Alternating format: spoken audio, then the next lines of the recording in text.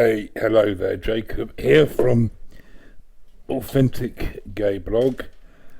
I'm going to do a video about the care review. As many of you know, I grew up in the care system in the 1970s and 80s, and it left me with a lot of trauma. Ironically, I went into the care system to be in a safer place, but it was a case of out of the fire and into the frying pan in terms of the abuse perpetrated on me by my mother was replaced by abuse perpetrated on me by the care system. So the care system is having another review,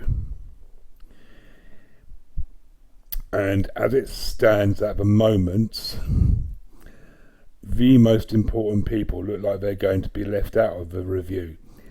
That is the people in the care system at the moment and the people who grew up in the care system, like myself, who I shall refer to as care experienced people. And on Twitter it's #CEP.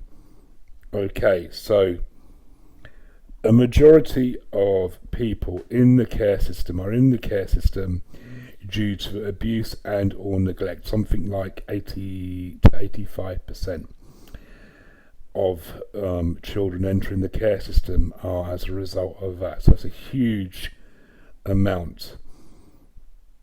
And as you can imagine, they carry a lot of trauma and pain from this abuse and neglect. Also, in terms of statistics around outcomes for care leavers or care experienced people, we are 7 times more likely than the rest of the population to die before the age of 25. We are 40 times more likely to be in the criminal justice system, around 30 times more likely to be homeless, around 30 times more likely to be involved in selling sex and sex work. Now, this isn't because we are bad people. This is because we are let down badly by the system, in terms of so many of us falling through the gaps. There is some positivity. Around 6% of us go to university. However, this is much smaller than the amounts of people who grow up in families going to university. Again, it's about the system, not the people. Okay? So I feel quite strongly about this. I feel the whole it needs to be torn down and rebuilt. Basically, it is not fit for purpose. There are odd bits of good practice, and there is some good work happening. However, on the whole, it's not a great experience for many of us. Kids today end up with something like at least 2 different social workers a year, numerous placement changes, or numerous living in different foster carers and living in different children's homes. Obviously, this is not good for stability and positive outcomes, and it adds more to the narrative that many of us have in our heads that we are bad people, and somehow if we had been better, then we wouldn't have been abused and neglected by our parents. Okay, so I would start quite clearly with this. I would start with a question. Would we put our children, the people around the tables who are having these discussions, would we put our children in the current care system as it stands now? And if any of them said yes, they would be lying. They will say no. And that tells us all we need to know. If it's not good enough for their children, then it's not good enough for us. Simple as that. Also, in terms of the second question would be, how can we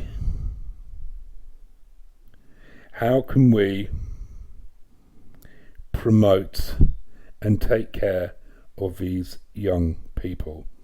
How can we provide the most loving, compassionate, caring, understanding, empathetic, supporting environment for these children to grow up and evolve in, because they have been let down very badly by their parents and initial caregivers, and we need to do all that is humanly possible to provide them with a stable upbringing and childhood.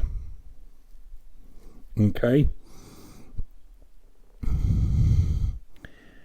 I would make a commitment to reduce these awful statistics and build this into any legislation that happens around the care review.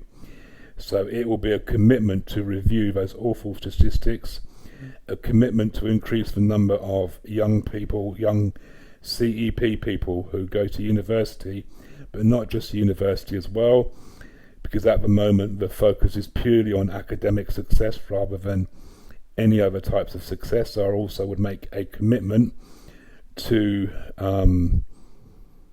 increase general success and well-being in a holistic way. So this is whether they want to be a car mechanic, a hairdresser, a fitness instructor, whatever it is, I would promote that and encourage that and put that into any legislation. A movement away from siloing young people to purely just go to university and make that the only positive outcome that is measured in some way. It would be to support healing and emotional, physical, mental and spiritual well-being.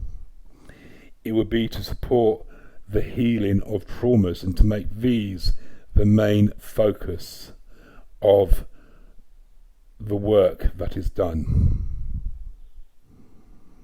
It would be to support foster carers, social workers and residential staff and anyone working with CEP young people much better, to help them achieve better outcomes for young people.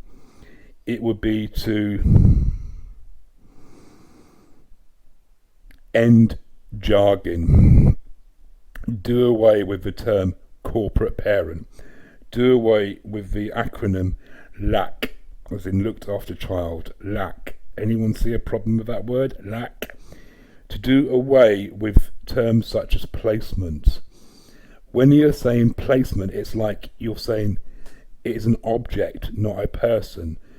These are people we are talking about. These are young people who carry a lot of pain from their childhood experiences, who need love and concern and compassion and understanding, not to be treated like objects, not to use terms like export and import when we are talking about a young person who is from Surrey, who is going to live with foster parents in Hackney, and the terminology is export, import, like we are goods, like we are services, like we are boxes of coffee or something. It is wrong. So we need to end that. We need to create an environment that is safe and takes care of the needs of young people who are from minority groups. So this is whether these are people who are more likely to experience racism because of the colour of their skin, or their ethnic origin, their religious beliefs or their religious stuff, and whether or not we're a sexual minority, whether they're lesbian, gay, bisexual, transgendered, etc. We need to ensure the system is working extra sensitively to support these young people, because they will carry an increased level of anxiety around their issues in terms of their life and stuff like that.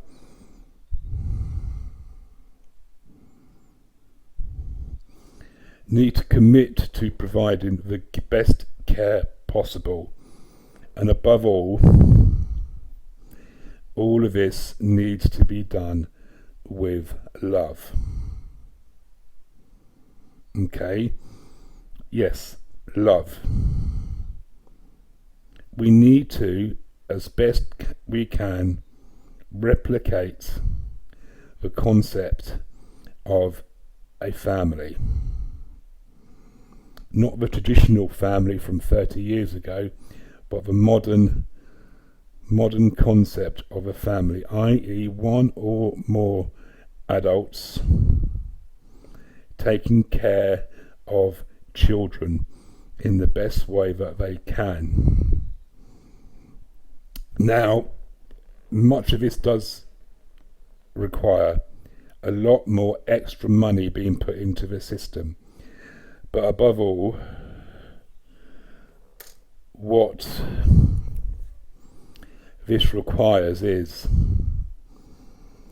a commitment from government, and a commitment from a variety of organisations, whether they're statutory or non-statutory, whether they're voluntary organisations, or whether it's the Department of Health, the Department of Education, the Department of Work and Pensions, and that's another one.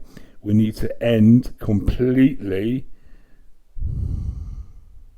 sanctions against young people who are in the care system in regards to their benefits, because it has absolutely catastrophic consequences, as you can imagine.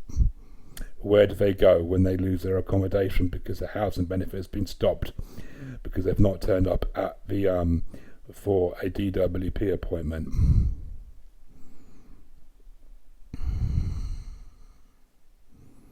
And we also need to end the stigma as well. So there needs to be a commitment to ending stigma and discrimination faced by care experienced people. And the best way to do this is to make care experienced people the 10th protected characteristic within the Equality Act, because then this builds it into law and builds it into legislation that extra work needs to be done in order to meet the needs of this our diverse community. Okay, thank you.